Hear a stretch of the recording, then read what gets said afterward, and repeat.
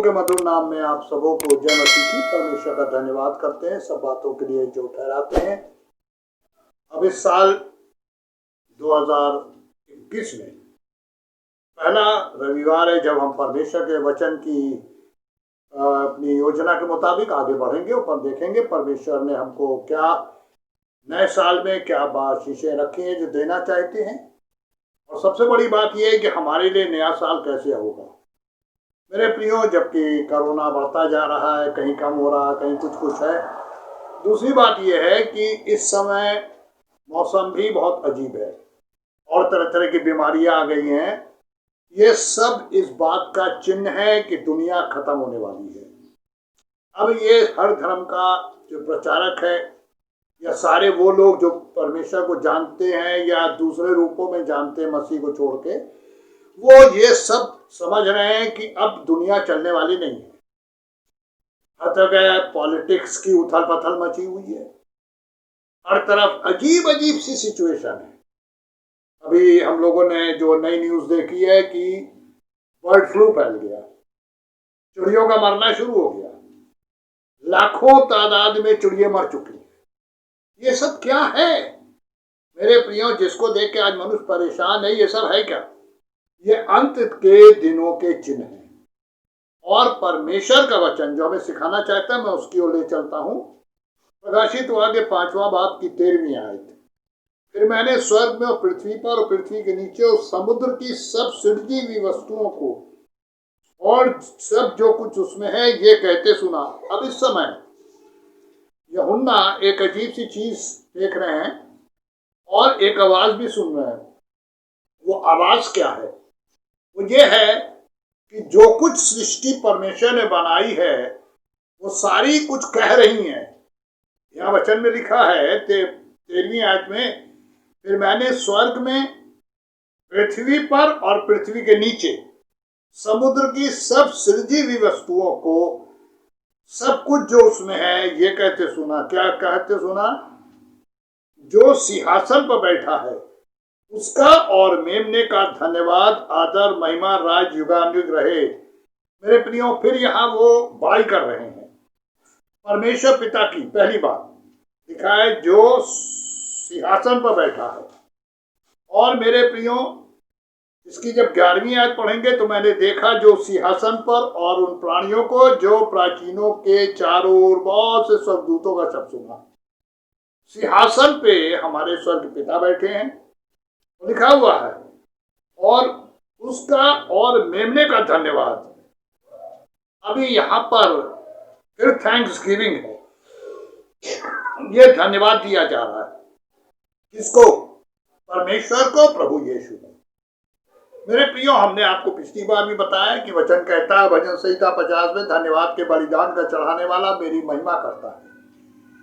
और यहाँ जो बलिदानों का जिक्र है उसमें एक बलिदान है धन्यवाद। अब आज हमारे जीवन में हम लोग क्या परमेश्वर को हर बात के लिए धन्यवाद देते हैं? हर परिस्थिति के लिए धन्यवाद देते हैं?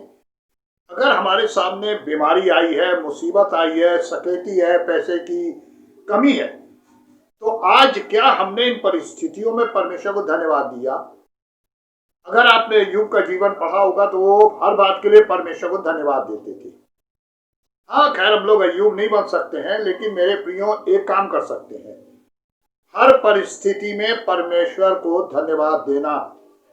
और मैंने आपको शुरू में भी बताया कि मुझे परमेश्वर के दास, एक बहुत बड़े दास, पादी ओजे विल्सन, जो इंटरनेशनल प्रीचर थे, जो मेरे घर में रुकते थे आके इलाहाबाद में, फतेहपुर में, और मेरे बच्चे उन्हें दादा कहते थे। मैं उनके घर भी जबलपुर में गया, काफ़ी अच्छी तरीके से हमारे संबंध थे। जो मैंने उनसे एक बहुत बड़ी बात सीखी वो थी धन्यवाद। और सब कुछ अगर हम धन्यवाद दें परमेश्वर को तो बहुत बड़ी चीज़ है कि परमेश्वर हमारे लिए सारे काम करने लगते हैं। मुझे याद है, मैंने एक बार स्टोरी बताई थी, स्टोरी नहीं वो सच्ची घटना है। मैं गया हुआ था धमतरी प्रचार करने, और वहाँ पे एक पिता ने अपने बच्चे से वायदा किया कि यदि तुम 7th क्लास में अच्छे नंबरों से पास हो जाओगे मैं तुम्हें साइकिल दिला दूंगा। उस बच्चे को साइकिल की डिमांड थी और नहीं मिल रही थी, दे ही नहीं पा रहे थे या देना नहीं चाहते थे। अब जब मैं प्रचार कर रहा था तो बच्चा मेरे पास आया, बैठा, बहुत से लोग प्रेयर के लिए आए थे। उसने मुझसे कहा, अंकल ऐसी सी प्रॉब्लम है, मैं क्या करूं? मैंने कहा कल सुबह उठोगे ना तो पहला काम करना। उसने कहा क्या? मैंने पापा से कहा ना, पापा साइकिल के लिए थैंक यू। फिर मैंने कहा जब ड्यूटी जाने लगे फिर कहना, पापा साइकिल के लिए थैंक यू। और जानते हैं क्या मिरेकल हुआ? जब वो शाम को आए तो साइकिल लेके आए थे, तो उन्होंने दी नहीं थी, लेकिन वो 3 बार का थैंक यू बेटे का पापा को कहना इस बात के लिए मजबूर कर दिया कि धन्यवाद। मेरे प्रियो, बाइबल और परमेश्वर दोनों धन्यवाद पसंद करते हैं। जब 10 कोढ़ी चंगे हुए, जिन्हें यीशु मसीह ने कहा था तुम जाते जाते याजक को दिखाओ, यीशु मसीह ने छुआ भी नहीं था किसी को, बोला भी नहीं जाओ चंगे हो जाओ। वचन कहता है सड़क पे जा रहे थे और यीशु मसीह ने कहा जाओ याजक को दिखाओ, वो जा रहे थे और चंगे हो गए।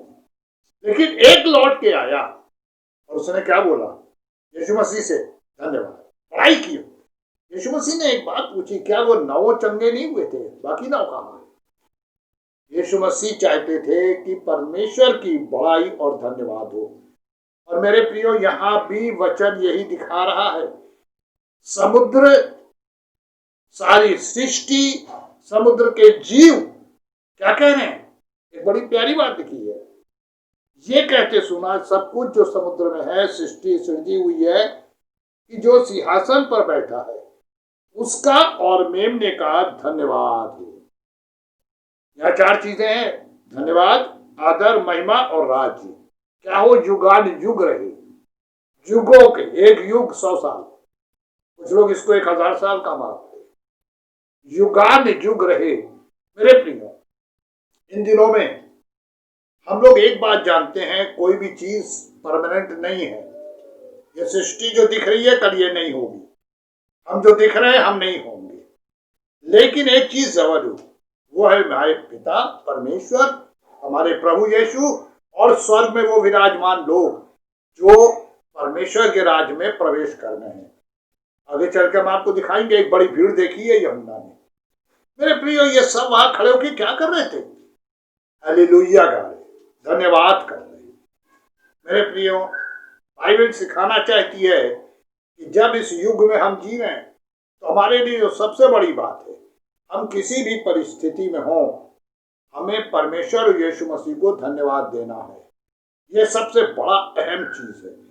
और ये धन्यवाद हमें जबान से ही नहीं देनी है, हमारे एक्शन से भी होना चाहिए। बाइबल क्या सिखाती है कि विश्वास इस बात को दिखाता है कि धन्यवाद क्या है। आज हम लोग परमेश्वर की कितनी बड़ाई करते हैं। हम लोग प्रार्थना करने बैठ जाते हैं, कितनी परमेश्वर की बड़ाई करते हैं। मुझे याद है कि एक बहुत बड़े प्रचारक ने एक बात कही थी कि 3 मिनट रेगुलर कंटिन्यू मन लगा के कोई परमेश्वर को धन्यवाद नहीं दे सकता। 3 मिनट आप करके देखिएगा, घर में आपका मन भटकेगा, दिमाग भटकेगा, कंटिन्यू शैतान करने नहीं देगा। लेकिन एक चीज है जिसके द्वारा हम कर सकते हैं, वो है परमेश्वर के पवित्र आत्मा की सामर्थ्य, यानी पवित्र आत्मा परमेश्वर से इस बात के लिए सामर्थ्य मांगना। और हमेशा हम इस बात को स्मरण रखें कि हम पवित्र आत्मा परमेश्वर से जब किसी भी चीज को मांगेंगे तो हमारी मदद करेंगे। हमेशा ये बहुत बड़ी एक शिक्षा वचन की। जैसे बहुत से लोग प्रार्थना करते हैं, जब मैं टीचिंग में बाहर जाता हूँ, कहते हैं उनसे कहेंगे प्रेयर कर दीजिए, वो कहेंगे हमें प्रार्थना करनी नहीं आती। एक रटी हुई प्रार्थना है, ट्रेडिशनल प्रेयर भी जिसको कहते हैं। लेकिन मेरे प्रियो, सबसे बड़ी बात जीवन में क्या है कि प्रार्थना करने से पहले अगर हम पवित्र आत्मा से कहें, पवित्र आत्मा परमेश्वर से कहें कि आप हमारे साथ प्रार्थना करिए, हमें प्रार्थना करना सिखाइए, और दूसरी बात हमारी विनती परमेश्वर के यहाँ पहुंचा दीजिए। ये काम भी उन्हीं को करना है। आप देखिए कैसे मिरेकल होने लगेंगे। लेकिन इस काम को करने से पहले जानते क्या करना पड़ेगा? पवित्र आत्मा परमेश्वर को भी धन्यवाद देना पड़ेगा, क्योंकि हम अपनी विनतियां परमेश्वर तक पहुंचा रहे हैं। वचन में लिखा है कि सुगंधित धूप की माने 5वें बात में कि ये प्रार्थनाएं परमेश्वर के सामने सुगंधित धूप की मानिंद पहुंचाई जाती है। बिल्कुल। कौन ले जाता है, कौन पहुंचाता है? मेरे प्रियो, सारी सृष्टि भी यहाँ पे जो बड़ाई कर रही है वो चार चीजों की कर रही है। वो है जो सिंहासन पर बैठा और मेमने का धन्यवाद। धन्यवाद के बाद जो दूसरी चीज है वो है आदर। हम लोग परमेश्वर को आदर कितना देते हैं? हमारे साथ एक बड़ी ट्रेजेडी है कि अगर अभी कोई हमारे घर, हमारे कोई ऑफिसर आ जाए, पादी साहब आ जाए, बिशप साहब आ जाए, कोई भी हमारे घर में आ जाए, तो हम लोग क्या करते हैं? खड़े हो जाते हैं, बैठ के बोलते हैं आइए आइए आइए आइए सर। क्या कहा जाएगा? अरे बड़े बदतमीज है ये लोग। हम खड़े हो जाएंगे, उनका वेलकम करेंगे। और हमारे स्वर्ग पिता के संग हम कैसे प्रेयर करते हैं। इतनी अजीब सी बात है ना। कुर्सी पे बैठे हुए हैं, प्रार्थना कर रहे हैं। देखिए, अगर आपको फिजिकल प्रॉब्लम है, नहीं बैठ सकते, तो वो परमेश्वर जानते हैं। लेकिन यीशु मसीह कैसे प्रार्थना के साथ धन्यवाद देते थे? वचन में क्या लिखा हुआ है? वो मुंह के बल गिर के भी दुआ करते थे, घुटने के बल भी होके दुआ करते थे। और आज हमारी परिस्थिति क्या है? आदर ही नहीं देते हम परमेश्वर को। अगर हम घुटनों के बल आएंगे तो ये एक आदर देने का तरीका है। आप जानते हैं कैसे? घुटने पर आने का मतलब है अपना संपूर्ण समर्पण। जो सामने है, जिससे हम बात करने जा रहे हैं, उसको आदर देना। तो हमारे दिमाग में पहली चीज तो ये है कि हमें दिख ही नहीं रहे प्रभु बैठे हैं, तो हम आदर कहां से देंगे? कैसे घुटने के बल आएंगे? क्योंकि हम आदर ही नहीं दे रहे हैं। यहां लिखा है धन्यवाद के साथ जो बहुत बड़ी चीज परमेश्वर को देनी है वो है आदर। और मेरे प्रियो, परमेश्वर के सामने जब उनके स्वर्गदूत खड़े नहीं होते, करूब खड़े नहीं होते, वो चारों प्राणी भी परमेश्वर के सामने खड़े नहीं होते, हमारी क्या औकात है? लेकिन आज हम मनुष्यों ने ही परमेश्वर के आदर को निरादर में बदल रखा है। हमारी एक्टिविटीज, हमारा बोलचाल, हमारे काम, हमारे परमेश्वर के नाम का अनादर कर रहे हैं। और मेरे प्रियो, इसका हिसाब परमेश्वर हर एक से लेंगे कि मेरा आदर मान कहाँ है। ये बाइबल कह रही, मैं नहीं कह रहा। ये क्वेश्चन पूछा जाएगा, मेरा आदर और मान कहाँ है? हमने कितना आदर दिया परमेश्वर को? आज हम आगे चलते हैं, लेकिन परमेश्वर क्या कहते थे? मैं चलूंगा। इस्राइल को लेके जब जा रहे थे, 30 लाख इसराइली परमेश्वर लेके उनको निकले। और मेरे प्रियो, उन्होंने क्या बोला था मूसा से? मैं आगे चलूंगा। मूसा क्या करते थे? परमेश्वर को आदर देते थे। इब्राहिम क्या करते थे? परमेश्वर को आदर देते थे। जितने परमेश्वर के पुराने हीरो हुए, ये सारे ने परमेश्वर को आदर दिया। आज हमारे जीवन में परमेश्वर का आदर और मान कितना है? मेरे प्रियो, ये जीवन खत्म हो जाएगा। किसी का जीवन कुछ नहीं है। अभी है, कल पता नहीं होगा, अभी 1 मिनट के बाद पता नहीं होगा। लेकिन क्या हमारे जीवन में परमेश्वर का आदर है?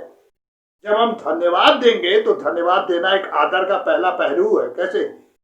अरे कोई पेन हमको देता, हम थैंक यू देते। कोई हमारे बैठाता अपने घर में, उसको थैंक यू देते। कोई गिलास पानी देता, हम मुंह से थैंक यू निकलता है। और परमेश्वर ने इतना बड़ा जीवन दिया हमको, हमने धन्यवाद ही नहीं दिया कभी। सुबह उठ के धन्यवाद नहीं करते। मैंने पिछली बार भी आपको कहा था, जो परमेश्वर ने मुझे सिखाया, बिस्तर से नीचे आने से पहले परमेश्वर को रात भर की सुरक्षा कवच, एक अच्छी नींद, एक अच्छी भोर, सुंदर बिस्तर, गर्म कपड़े सब दिए। और उसके लिए पहले हम धन्यवाद देते हैं, तब नीचे आते हैं बिस्तर से उतर के। और प्रार्थना में हर समय एक ही बात निकलती है, धन्यवाद। और यह धन्यवाद आदर देना है परमेश्वर का, यह एक तरीका होता है। और दूसरा, परमेश्वर को आदर। हिंदी में जो बाइबल बनी उसमें तू वर्ड आया, लेकिन फिर इसको मॉडिफाइड किया गया। आप आज भी 90% जो सही प्रचारक हैं वो परमेश्वर को तू कह के नहीं बुलाते, आप कह के रिस्पेक्ट देते, आदर देते।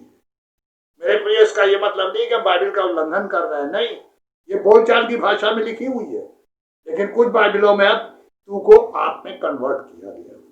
मेरे प्रियो, आदर दें, परमेश्वर की महिमा करें। परमेश्वर आपको बहुत आशीष दे।